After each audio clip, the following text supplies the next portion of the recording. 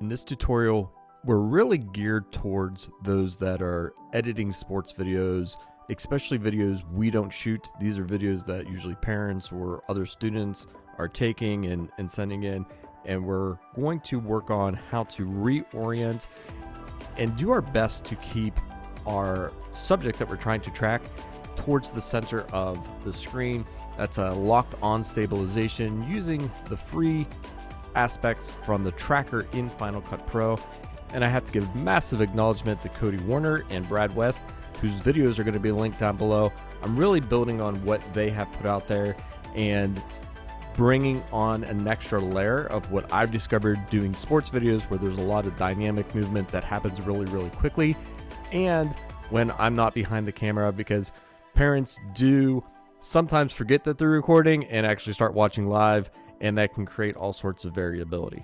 Now, the first thing that you really want to think about is what orientation the video needs to be in for the final project. Most of us would prefer everything being horizontal, but sometimes we get footage shot in a vertical format. If you happen to have horizontal footage and you need it in a vertical format, you definitely want to check out Final Cut Pro, Dylan Bates's plugin, to actually do that for you. It makes it so much easier and you can do all sorts of different cool stuff with it. Give it a check out. It'll be in the linked description below. Now, it's not actually a requirement. You need to really encourage whoever's doing the filming, if it's not yourself, to do at least 4K. The reason behind that is, as we're going to be doing some of this tracking, we're going to actually have a scaling effect that's going to take place, and we're going to start to see some loss of resolution. At least with the 4K, we can compensate for that because there's so much more data there for us to play with. Let's get started with this. Now, what we're going to see in this clip is we're actually going to go from somebody that's recording in a vertical stance, and then they remember, oh wait, I need to get this horizontal, and they did that, but they still had their orientation wrong. So that's what kind of inspired this video, is to fix that issue. With that in mind, I want this to be in horizontal. So the first thing I'm going to do is actually I'm going to come in, and I know my first 3 seconds, they're just grappling, so it's not really useful. So I'm actually just going to Control B, come back, and get rid of that. Now from here, we have to flip it. So we're going to come up to our rotation, and we want to flip 90 degrees. So I just type that in, and there we have it. This next part is actually super key to making this work, because if you do not do this, you will have problems as you start to do the tracking. You need to create a compound clip. So to do that, Alt Option G, and that's fine. And now we have a compound clip, and we're starting fresh. We're starting anew, and that's really, really important. From here, I like to do the color grading now because I'm actually thinking about it. It's at the beginning of my processes for just about everything else that I do. If you're not sure how to do really good color grading, absolutely check out Brad West's course on expert color grading. It's fast, it's simple, and it's extraordinarily effective. And again, that will be linked down below. To do that, I'm just hitting Command 7. And anybody that's seen waves like this will instantaneously recognize it from being from an iPhone or really any phone camera, but iPhone in particular looks like that. So I'm going to come in and just adjust. So I'm going to globally bring that down. I know I'm clipping out here. I'm okay with that for the moment. I'm going to bring the highlights down a little bit, and then I like to bring up my midtones. Now, I'm not going to bring them up completely to get rid of that clipping, because as I can see, the black looks really good here and the colors are actually nice and deep. I do use color wheels for my color grading, and I set a very minor curve right about there, right about there for that. Now the next part that I'm going to do is actually something that isn't intuitive unless you know a lot about tracking. I'm actually going to add more contrast. Now notice I switched and added a third component for that, and it's a color board. Just because it doesn't really matter.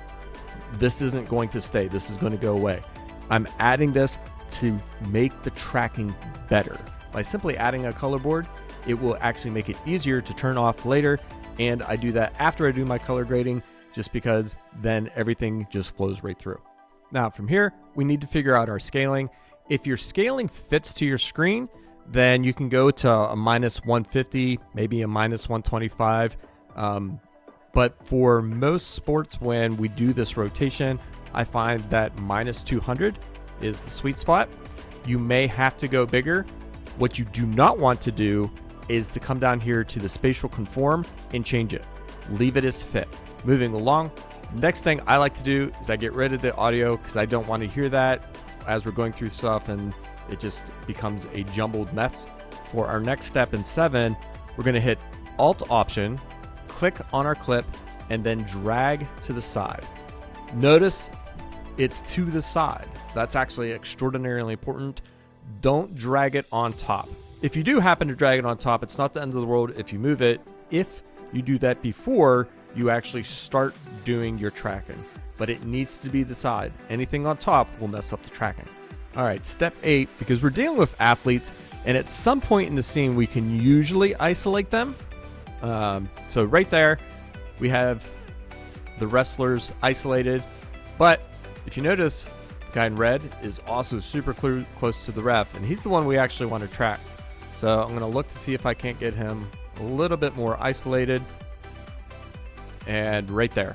Now that we have our isolation point, we're going to come in and actually start the tracking process. So I want to make sure my clip is selected, and that is indicated by that yellow glow. We're going to come in to our trackers, hit plus, and it's always a good idea to name your tracks. And in this one, we're actually going to call him Caleb. Now, if you've done a scale that's more than 200% and you are on a fit screen, you're going to see that this is going to be off, and you're going to have to come in and adjust what you can see so that you can actually bring this in and make it a little bit tighter. Now, I was right at 200%, so I didn't necessarily need to do that, but I wanted to show you that. I'm going to bring this over and rough him in. And give him a little bit of a rotation. It's just about there. Now that we have him in that tracking box fairly tight, we can come up and hit Analyze, and it's going to go in both directions. As it's doing that, you want to watch your screen and make sure that he's staying tracked fairly well. You'll notice if he comes out of the track, and that'll be an indication for us to do something a little bit later. Another thing to notice here is if your screen goes black and you still see that green box moving around, that means that you probably put your clip on top, and you're going to have to redo some of these steps. All right, now that that's done, I just like to do a very quick scan through again, make sure that box is staying around him. Again, I already watched it the first time, so this is really just that double check to make sure. At this point, if your track isn't good, go ahead and skip ahead. I actually have a breakdown of how to actually try to fix that within your clip. And if you go to on the YouTube video where it says bad tracking, then that is where you want to pick it up, and then you'll come back to step 14 later. But assuming we have a good track, as we do, we're going to come up and hit done. Don't forget to do that. It's extraordinarily important. It is actually a setup for everything else that's going to happen later. At this point, we get to bring that side clip copy back on top. Hopefully you're using your magnetic timeline. If you're not, to align that, or if it's off, just hit N on your keyboard. See, I had it on and now it's off. I hit N again and it turns it back on, and it'll snap right into place. With that top clip selected, and it doesn't really matter where you're gonna click on the transform, come up, tracker. I'm gonna select the tracker that we named. In this case, it was Caleb. Notice how it automatically inverted it again. So now it's right side up. So that's why we had to start with that negative inversion. And you're also going to notice that Caleb's over here, but the tracker's over here. And again, this is where, Cody and Brad explain why that is a thing and why this method works to try to keep things in the center. Go and watch their videos. They're fantastic. Also important, make sure you hit done. That's not something all of us always do once we're using the transform tool or anything like that, because we think it's going to stay. And for the most part it does. But when using the tracking, especially within this technique, because it's a compound clip, make sure you're hitting done. Now we can come back into our transform and move our subject to where we want him into the center. And then if you need some assistance with that, go into view and show horizon. It'll give you your crosshairs. Now, something to keep in mind is with this zoom in at the -200, we're actually manipulating ×2. So we have to be conscious of that. And it's better to come in to a lower numerical value than what our scale all is on the bottom clip. That way it gives us some leeway. And this is where you're going to have to play with it throughout the clip just a little bit. Now, I'm going to start at -150 just to show you what that looks like.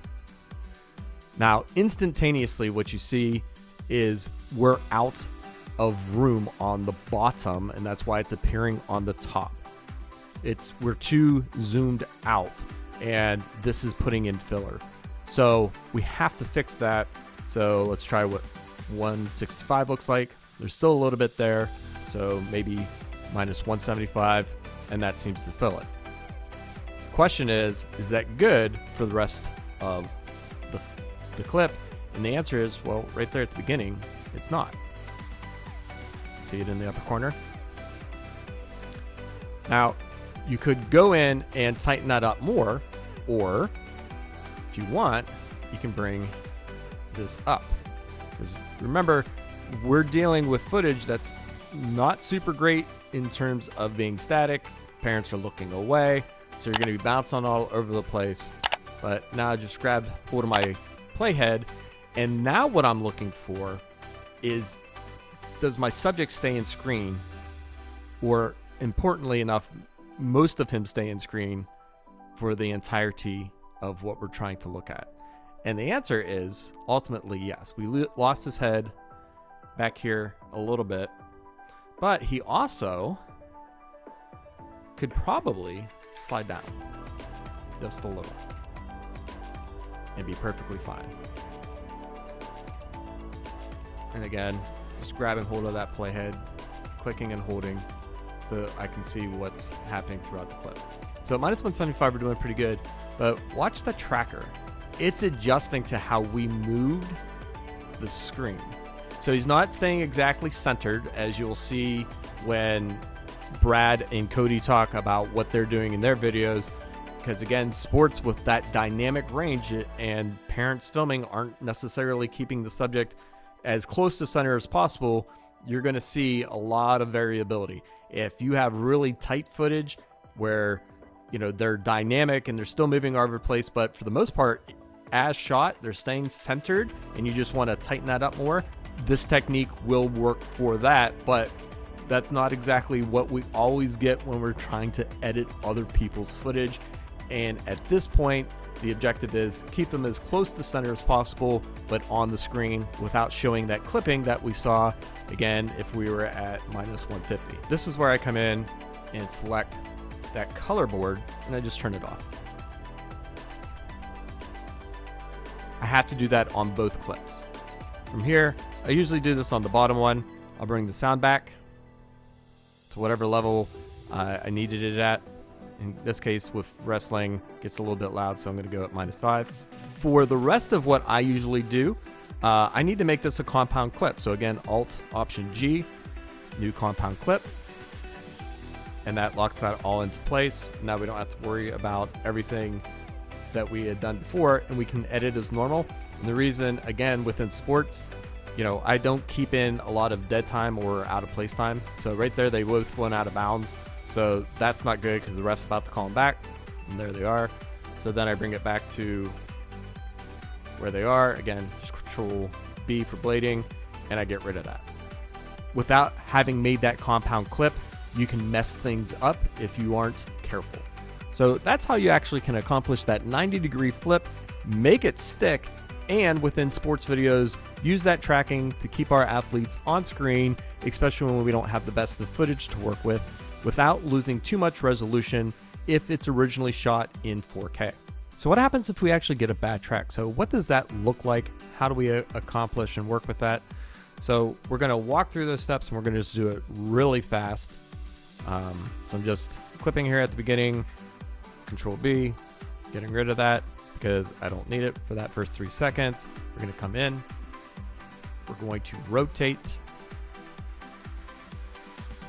have our selection ready to go. And then from there, I'm not even going to color grade because you can do the color grading portion of it. I want to almost immediately select this, going to my scale, so -200. And from here, we're going to create that compound clip. Alt Option, click and hold, make a copy, send it over here, and then we'll come back to our original. Now, even though they're going off screen, it's just because of the zoom in. It doesn't really matter. But I'm going to try to see if we can't get an area where it'll actually give us a bad track. So I'm deliberately coming here so see if I can't confuse a little bit, so it'll give me a bad track. Just for an example, I would not normally do this to get a bad track. And you'll also notice I didn't apply the contrast to this because I want to actually have it do that. The good thing about 4K is it usually still has some pretty decent contrast, so that adding that contrast step is just an extra insurance policy. So I'm going to select the tracker, grab Caleb, put him over there, scale him. I'm still going to try to keep it to him so that you can see it trying to track him as much as possible. And that's him. So let's go ahead and hit analyze and see what it does. Okay, so there you can see it kind of grabbing the ref for a second. And even doing that, it's still stuck with him for the most part. But let's find that part where it grabbed the ref. I'm going to come in, turn the sound off. All right, right there. So what I would do in this case is I'm actually going to find the last frame where it was a good track, specifically on what I'm looking for, which is right about there. Yeah.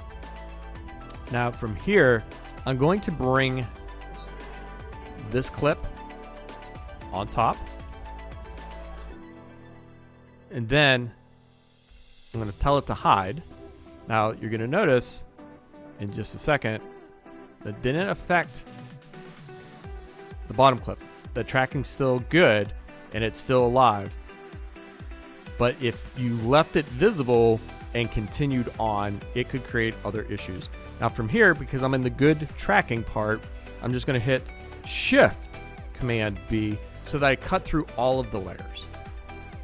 Now I'm going to go back one frame. Notice that track comes back on. And now I'm going to hit Done. That's going to lock that side in.